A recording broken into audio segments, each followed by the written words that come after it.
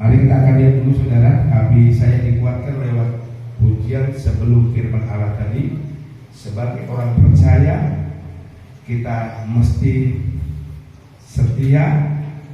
Sebagai orang percaya, kita mesti selalu percaya bahwa Tuhan sanggup menolong kita. Amin Bapak Ibu Saudara. Amin.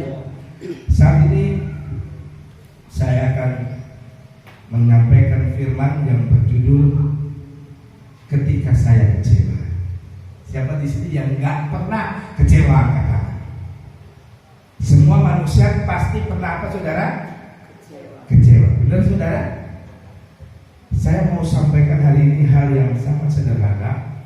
Pesan Tuhan kepada seorang hamba Tuhan yang akan menggantikan seniornya, namanya Yosua.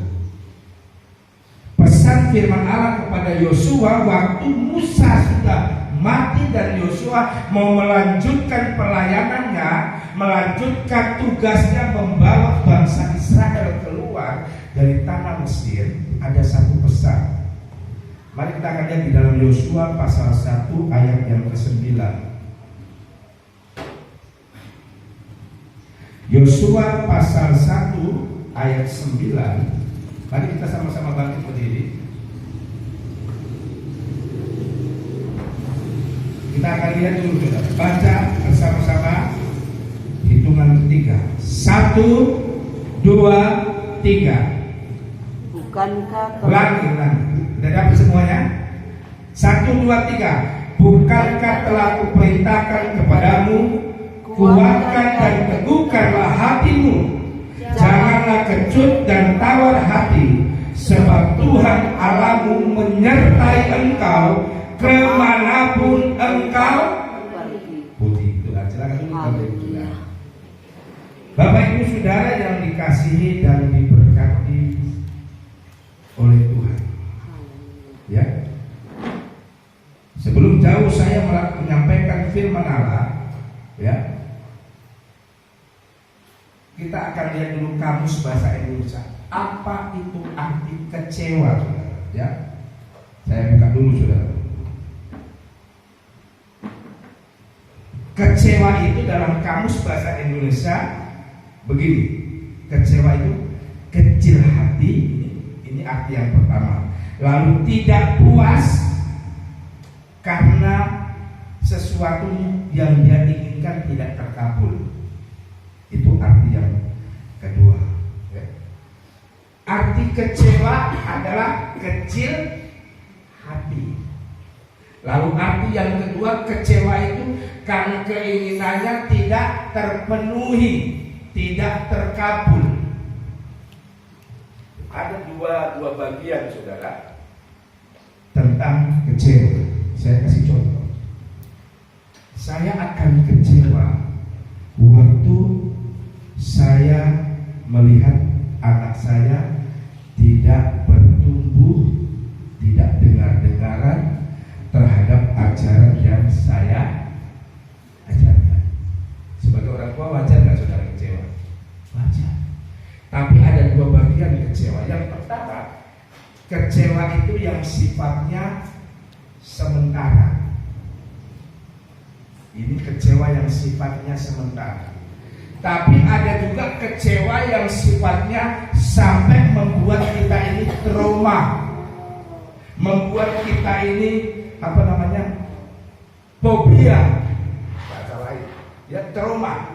Contoh, kecewa yang sedikit panjang kita rasakan saudara, yang pernah saya rasakan dan hari ini juga pernah dirasakan sama istri saya. Kecewa waktu kita kehilangan orang tua. Benar saudara? Ada tak? Ada anak yang waktu bapaknya, ibunya meninggal, dia berkata, oh puji Tuhan. Ada saudara? Kalau ada itu anak durhaka saudara. Kalau seorang anak kehilangan orang yang dikasihinya, secara manusia itu kecewa. Karena kalau saya ingat beberapa waktu hari yang lalu, waktu istri saya kumpul kakak-kakak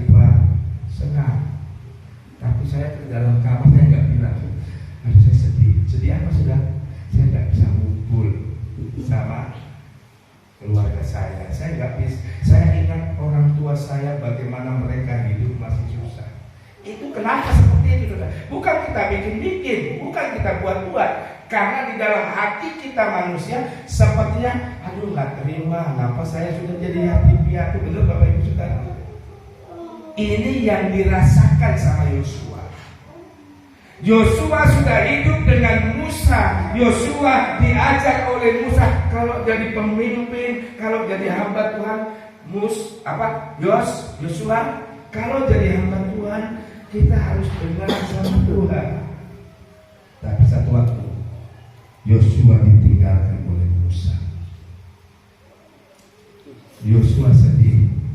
Yosua dalam hati, Tuhan, Bapak, belum waktunya itu Om Musa mati, belum waktunya itu hamba Tuhan mati. Masih ada banyak yang saya harus pelajari dari dia. Masih ada banyak yang saya harus belajar dari pribadi Yosua. Musa, Yosua. Makanya di dalam kitab Yosua pasal 1 ayat 8 ayat 9 yang hari ini kita belajar, di ayat yang ke-9 tadi dikatakan, ya, saya ulangi baca saudara. Bukankah telah kukatakan kepadamu, kuatkan dan teguhkanlah hatimu.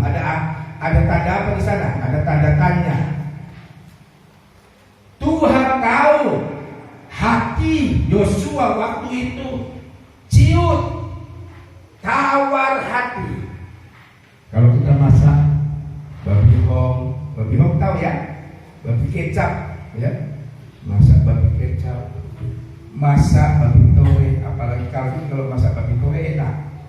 Baru masak ragi, wah enak kalau masak ragi. Tapi kalau cuma kurang satu dan pakai garam, seenak apapun masakan itu, dia bilang apa?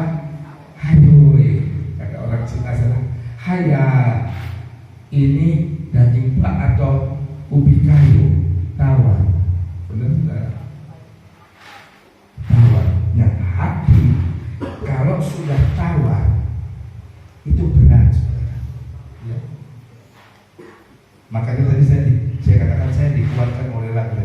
Biar ku tetap cinta, biar ku tetap setia. Bisakah saya cinta sama istri saya? Bisakah sebaliknya istri saya bisa cinta sayang sama saya waktu hatinya dikecewakan, sedih? Bisa saudara? Kalaupun bisa, itu karena terpaksa. Benar saudara? Nah, di dalam Tuhan gak mau kita mau setia, kita mau cinta sama Tuhan, tapi keadaan terpaksa.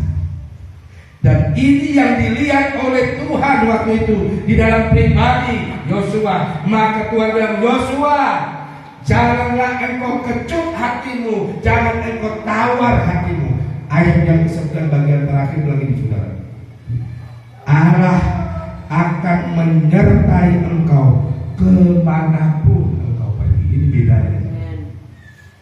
Di dalam hidup seringkali kita alami kekecewaan. Di dalam hidup seringkali kita mengalami sesuatu yang tidak terjadi sama dengan yang kita inginkan, rindukan. Tapi jaminan Tuhan yang pertama, orang percaya itu disertai oleh Tuhan kemanapun engkau pergi. Bapak Ibu Saudara, ada beberapa hal. Tadi saya katakan kecewa itu ada dua hal. Yang pertama, sifatnya sementara, ya. Kalau kita kehilangan umpamanya binatang piaraan kita yang kita sayangi, umpama Om Ferdi kehilangan itu anjing yang sudah mulai bulunya jelek, siapa namanya Om Ferdi? Anjing yang dari tanggal siapa itu? Moli. Siapa? Brong. Biar anjingnya sudah bagus tapi saya suka namanya Brong. Kalau kehilangan Brong, sedih tak Om Ferdi? Sedih. Karena apa? Karena gara-gara Brong ada pencuri mau masuk ke dapat. Tapi tidak mungkin waktu ada kata nanti Brong mati, Om Ferdi kecewa sampai 1 tahun. Kan tidak mungkin toh. Wah, paling orang biar lebay sekali dia itu, betul saudara. Tapi kalau kehilangan orang tua bisa bertahun-tahun, benar saudara. Makanya kecewa itu dibagi dua. Ada yang sifatnya cepat hilang, ada yang sifatnya lama, sampai seperti menimbulkan sebuah trauma.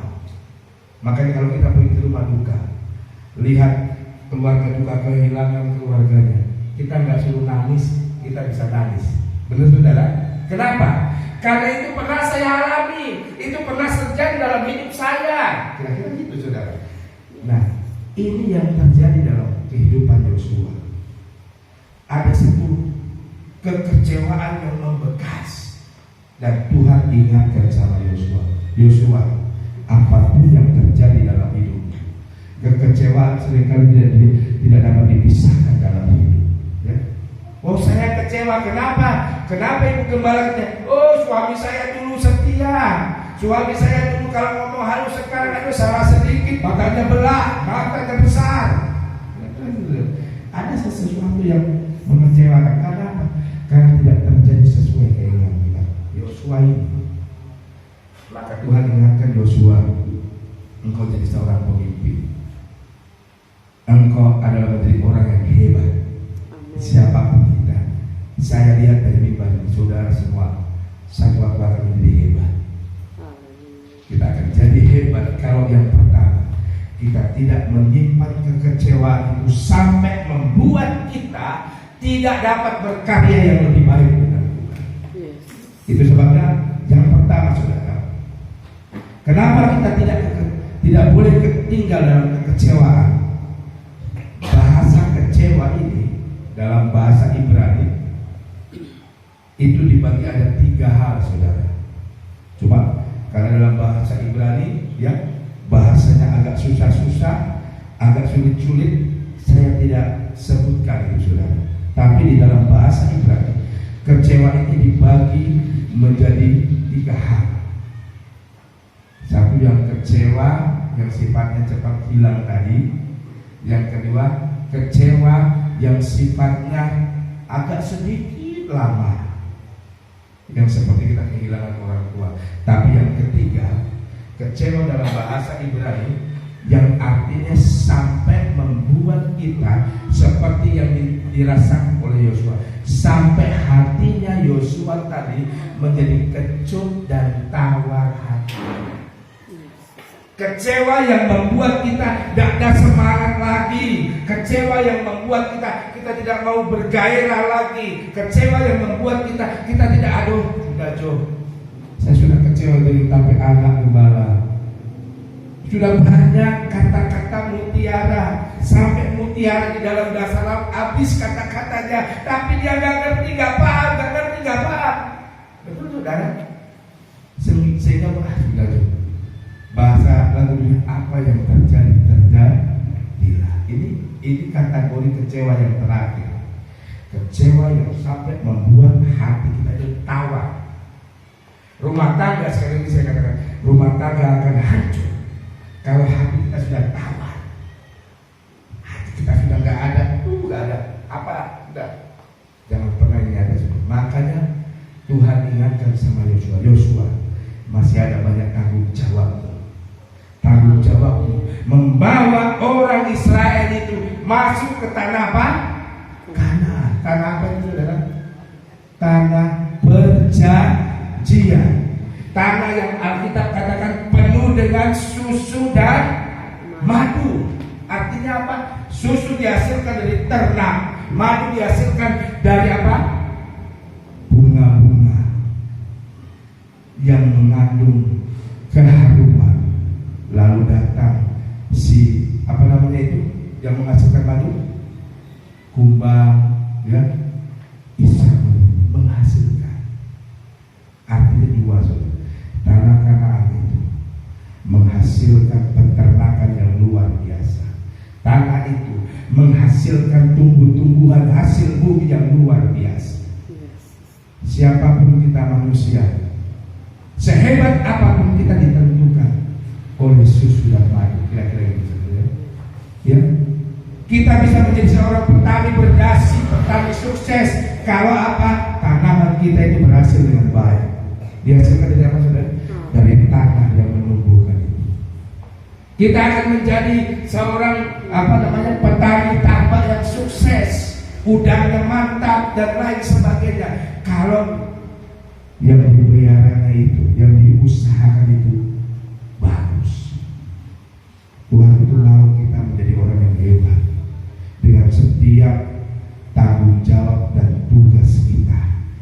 Ini yang diinginkan oleh Tuhan, oleh Yosua waktu itu. Maka firman Allah diawali dengan Yosua, jangan engkau kecut dan tawar hati. Ada banyak tantangan, ada banyak kesulitan, tapi di belakang tantangan itu, di belakang kesulitan itu, ada susu dan madu, ada tanah perjanjian. Amin, saudara. Bapak, Ibu, dan saya, kita bukan sekedar umat, sembarang umat, tapi kita umat perjanjian Tuhan yang berhak untuk menerima segala yang baik daripada Tuhan. Ini yang pertama. Yang pertama, kenapa pesan Tuhan kita tidak boleh kecut dan tawar hati, tinggal dalam kekecewaan? Karena yang pertama, kita adalah umat perjanjian. Yang kedua, ada tanggung jawab yang harus kita berikan, yang harus kita berikan, karyakan di hadapan Tuhan. Ini yang kedua, saudara. Karena satu waktu ada masa, semakin hari masa itu semakin sulit. Siapa di sini yang merasa setiap hari hidup semakin senang, saudara? Angkat tangan. Gak berani ya? Kalau saya bilang, oh hari ini semakin senang, kenapa? Pura-pura itu kembali sok-sok senang itu, ya. Tadi waktu siapa Om Sarah datang, saya tanya, Om, Pak Romel udah ada? Oh, orang mau ibadah bagaimana itu? Bilang, mungkin sekalian mau tahun baru ke Bandung. Pertama, Om Sarah satu orang, saya main-main dalam ada Tuhan satu orang. Kan gitu, saudara. Manusia wajar nggak, saudara? Wajar. Oh, datang lagi Ibu M, sudah 2 orang. Lebih lagi. Nah, ini, saudara. Hidup itu kadang-kadang kita cepat kecewa karena kita langsung nggak sesuai ekspektasi kita, benar, saudara? Nah, Yosua sebenarnya padahal mana lebih kecewa, Yosua atau Musa, saudara? Yosua atau Musa? Ya, Musa lebih kecewa. Dia yang pertama-tama disuruh mimpi, tahu-tahu dia nggak masuk tanah Kanaan, nggak masuk ke tanah yang penuh susu dan madu. Kalau saya jadi Musa, saya lebih kecewa. Kenapa, saudara? Sebelum Musa dibilang ditunjuk oleh Tuhan untuk memimpin umat Israel, Musa itu siapa, saudara?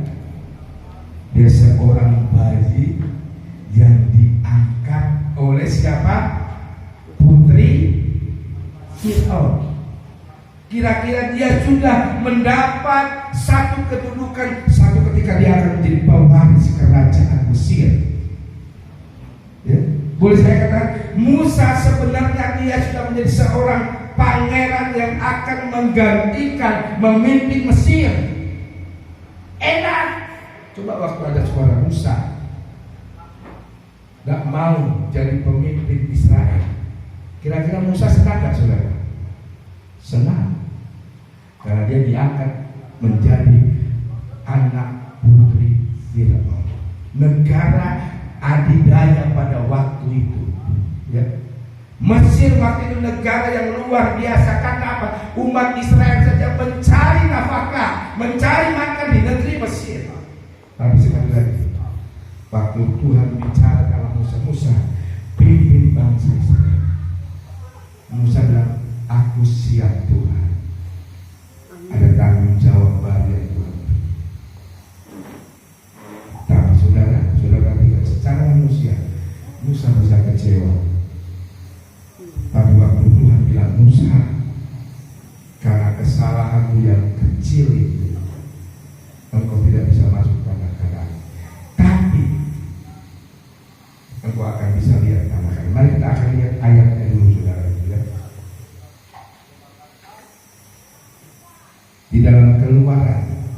Keluaran pasal yang ke-34. Ini sebenarnya Musa kecewa, tetapi sudah perhatikan. Di dalam Keluaran pasal yang ke-34, tolong kita baca ayat 5 dan ayat 6. Keluaran 34 ayat yang ke-5 dan ayat yang ke-6. Keluaran 34 ayat yang ke-5. Turunlah Tuhan dalam awan lalu berdiri di sana dekat Musa serta menyerukan nama Tuhan. Ayat yang ke-6. Berjalanlah Tuhan lewat dari depannya dan berseru, Tuhan, Tuhan, Allah penyayang dan pengasih, panjang sabar melimpah kasihnya dan setia. Nah, saudara perhatikan, satu waktu ini pengalaman, ya.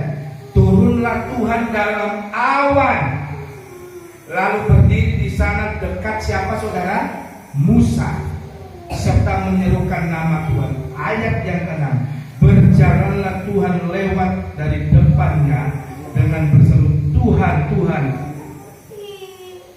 Saya ulang, Tuhan, Tuhan Allah penyayang, pengasih, panjang sabar, limpah kasih setia.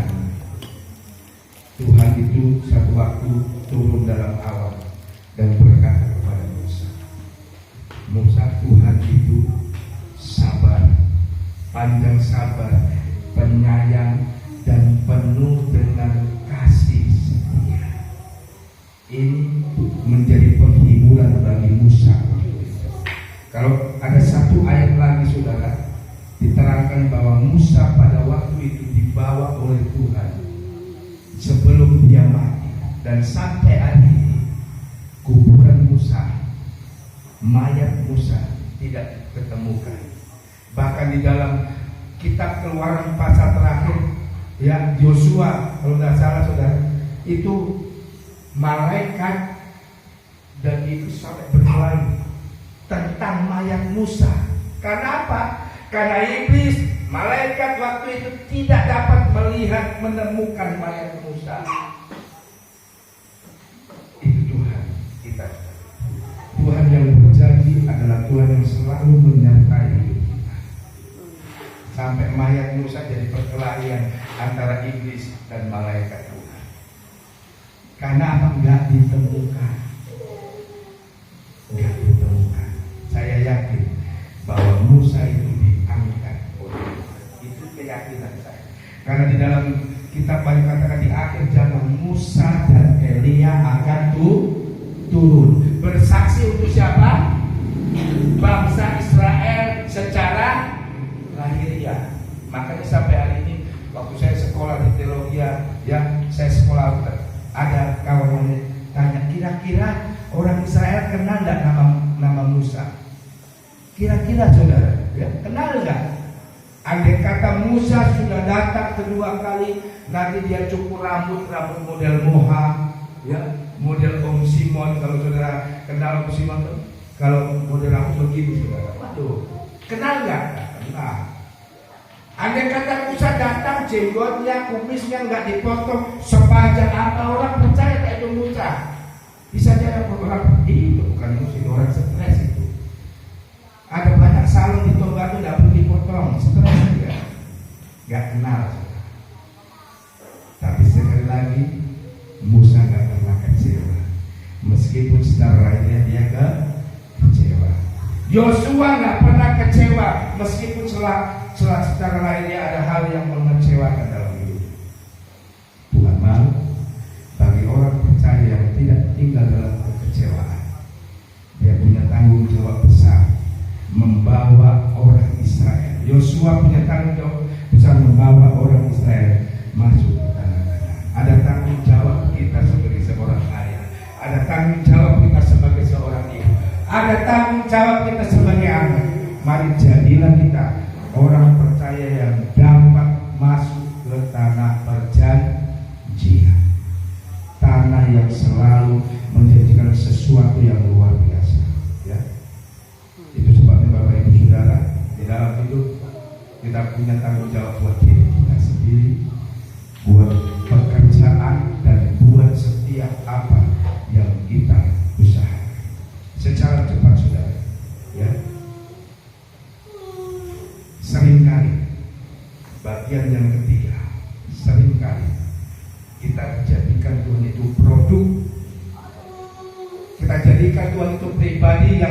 hanya untuk keinginan kita sendiri. Ngerti maksud saya, saudara? Di sini saya tulis, saudara, ya. Banyak orang percaya memakai Tuhan untuk keperluan diri sendiri. Ngerti? Makanya kenapa kita jadi anak Tuhan gampang kecewa? Kecewa waktu Tuhan gak sesuai dengan kemauan kita. Benar, saudara? Makanya yang selalu dikatakan, banyak orang percaya memakai Tuhan untuk keperluan dia sendiri. Makanya gampang jadi anak Tuhan, gampang kecewa, gampang lemah. Karena yang ketiga, kita jadikan Tuhan itu sebagai produk untuk kesenangan kita sendiri. Ya. Kenapa Yudas Iskariot gantung diri? Dia melayani Tuhan bersama Tuhan kurang lebih 3,5 tahun. Dia lihat bagaimana Tuhan Yesus itu hebat, mencelikan mata orang buta, menyembuhkan kaki orang lumpuh. Ya, apalagi yang tidak dapat dilakukan oleh Tuhan Yesus? Menghidupkan orang mati. Tetapi Yudas Iskariot gantung diri. Bahkan maaf catat, Alkitab katakan dalam kitab Kisah Para Rasul, sampai isi perutnya tertumpah. Maka tanah di mana Yudas gantung diri diberi nama kata tanah Hal-Kadama, tanah darah. Bapak Ibu Saudara, waktu kita melayani mengiring Tuhan, kita mencari keinginan kita sendiri lalu tidak sesuai, kita bisa sama seperti Yudas, gampang kecewa dan menggantungkan diri. Ya. Tapi yang ketiga, sebagai orang percaya, mari kita belajar dari pribadi Musa, kita belajar dari pribadi Yosua. Meskipun ada kekecewaan, tapi Musa dan Yosua tidak pernah berhenti untuk melayani Tuhan, mengiring Tuhan, membawa orang percaya untuk masuk tanah Kanaan. Karena yang ketiga, Yosua dan Musa tidak menjadikan panggilan Allah itu untuk kesenangan dirinya sendiri. Yang keempat, yang terakhir, ya, yang keempat, yang terakhir, di dalam hidup itu, mari kita jadikan Tuhan yang utama. Amin. Jadikanlah Tuhan yang utama. Engkau membangun rumah tangga, engkau membangun karir pekerja, jadikan dalam karirmu, dalam pekerjaanmu, dalam rumah tanggamu, jadikan Tuhan yang utama. Amin, saudara. Amin. Saya akan menjadi hamba Tuhan yang kecewa kalau saya hanya melihat jiwa-jiwa. Saya tidak akan pernah kecewa melayani Tuhan, walaupun jiwa sedikit, walaupun jiwa banyak. Yang saya lihat, Tuhan, Engkau yang terutama. Generasi lama bangsa Israel yang masuk tanah Kanaan berapa orang, saudara? Hanya dua, Yosua dan Kaleb. Yang masuk tanah Kanaan ada generasi baru sesudah Yosua dan Kaleb. Satu waktu ada di dalam Alkitab nabi yang hebat, namanya Nabi Nuh. Nabi Nuh menginjil di masanya berapa tahun, saudara? 120 tahun Nabi Nuh melayani Tuhan. Sampai Nabi Nuh disuruh Tuhan, buat bahtera Nuh, panjangnya 300 hasta, tingginya 60 hasta, lebarnya 70 hasta. Buat itu. Nuh ikut. Berapa tahun, saudara? Hampir kata Alkitab 120 tahun Nuh melayani Tuhan. Tapi Alkitab katakan yang diselamatkan siapa? Keluarganya. Nabi Nuh dan istrinya, 3 orang anaknya, 3 orang mantunya masuk dalam bahtera. Ini lagu sekolah minggu, tapi kalau saudara nyanyikan itu berarti 120 tahun Nuh melayani Tuhan. Apakah Nuh bisa kecewa? Kecewa Tuhan. Kenapa Tuhan gak pakai saya? Kenapa orang gak mau diselamatkan? Sekali lagi Bapak Ibu Saudara, saudara dan saya melayani, utamakanlah Tuhan yang terutama. Betul, saudara. Seringkali suami bisa mengecewakan kita, seringkali istri bisa mengecewakan kita, Seringkali saudara kandung kita bisa mengecewakan, keluarga kita, orang tua kita bisa mengecewakan. Tapi satu hal pesan Tuhan yang keempat, mari layanilah Tuhan dan utamakan Tuhan. Amin saudara. Kalau Tuhan yang utama, keadaan boleh mengecewakan kita, situasi boleh mengecewakan, tapi kita menjadi anak Tuhan tidak akan pernah kecewa. Amin. Saya tutup firman Allah dengan satu ayat di dalam kitab Filipi. Ini ayat yang terakhir saudara. Filipi pasal yang ketiga. Haleluya, puji Tuhan. Filipi pasal 3 ayat yang ke-8. Apa yang dikatakan oleh Alkitab? Begini saudara. Ini komitmen Rasul Paulus. Filipi 3 ayat 8 bilang ini, malah segala sesuatu kuanggap rugi karena pengenalan akan Tuhan, karena pengenalan akan Kristus Yesus Tuhanku lebih mulia dari segala sesuatu. Oleh karena dialah aku telah melepaskan semuanya itu dan menganggapnya apa? Sampah, supaya aku memperoleh Kristus. Amin Bapak Ibu Saudara. Segala sesuatu kata Paulus anggap rugi setelah saya mengenal Tuhan.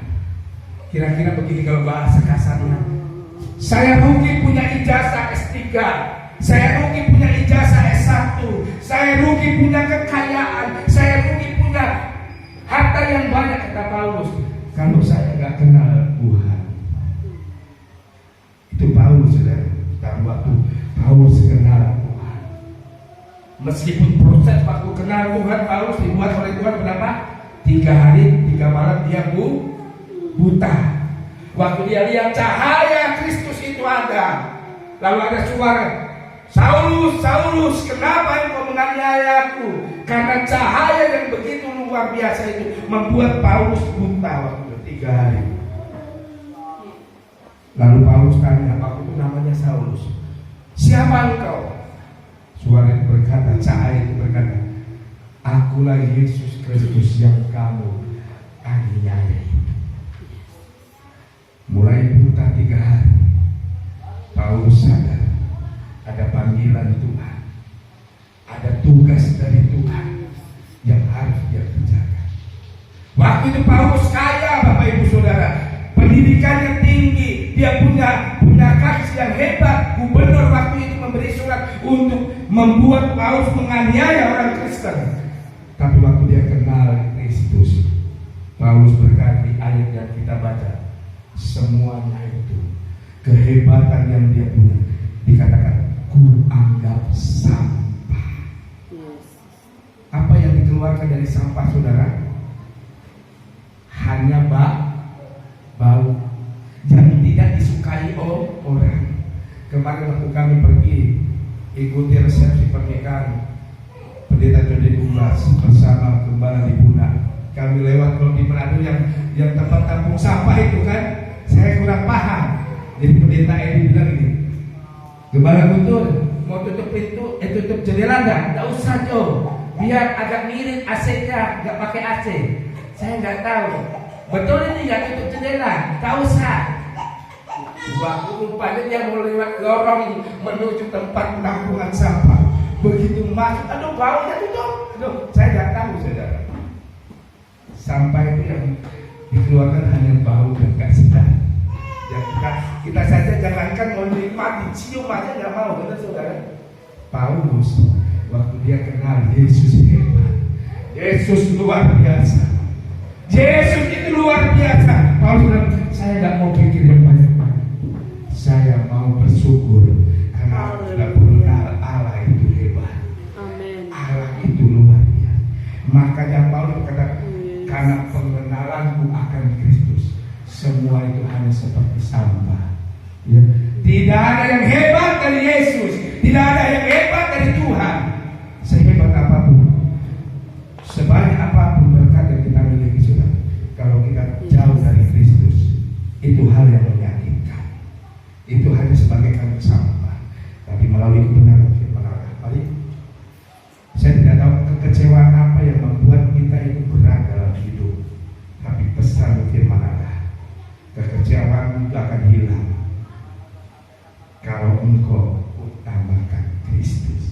Amin. Mari kita akan sama-sama bangkit berdiri. Kita akan nyanyikan lagu yang lama. Yang